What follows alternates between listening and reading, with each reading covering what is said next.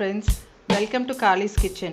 Video enter பண்ணுறதுக்கு முன்னாடி கீழே தெரிகிற ரெட் கலர் சப்ஸ்கிரைப் பட்டனை கிளிக் பண்ணி சப்ஸ்கிரைப் பண்ணுங்கள்.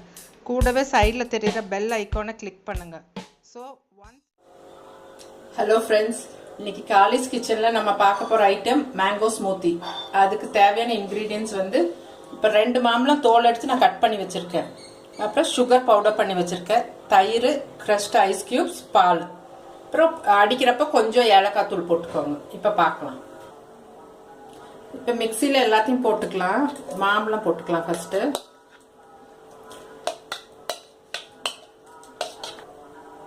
அடுத்தது பால் ஊற்றிக்கோங்க, தயிர்,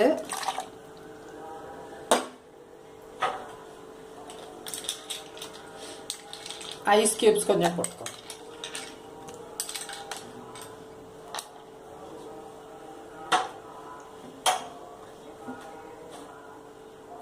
உங்களுக்கு எவ்வளோ சர்க்கரை வேணுமோ அதை போட்டுக்கோங்க. நான் இப்போ ஒரு 5-6 ஸ்பூன் போடுறேன்.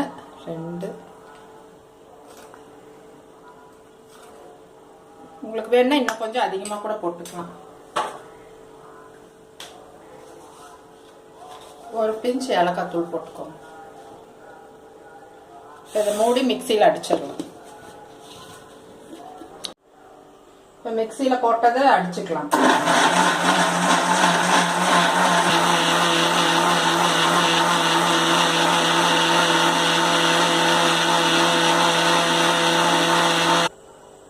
இப்போ ஸ்மூதி ரெடி ஆயிருச்சு. ஆஃப் பண்ணி எடுக்கலாம்.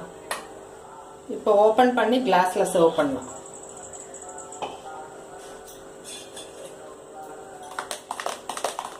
இது கொஞ்சம் கெட்டியாக தான் இருக்கும். தயிர், பாலெல்லாம் போடுறங்காட்டி நல்லா டேஸ்டாக இருக்கும்.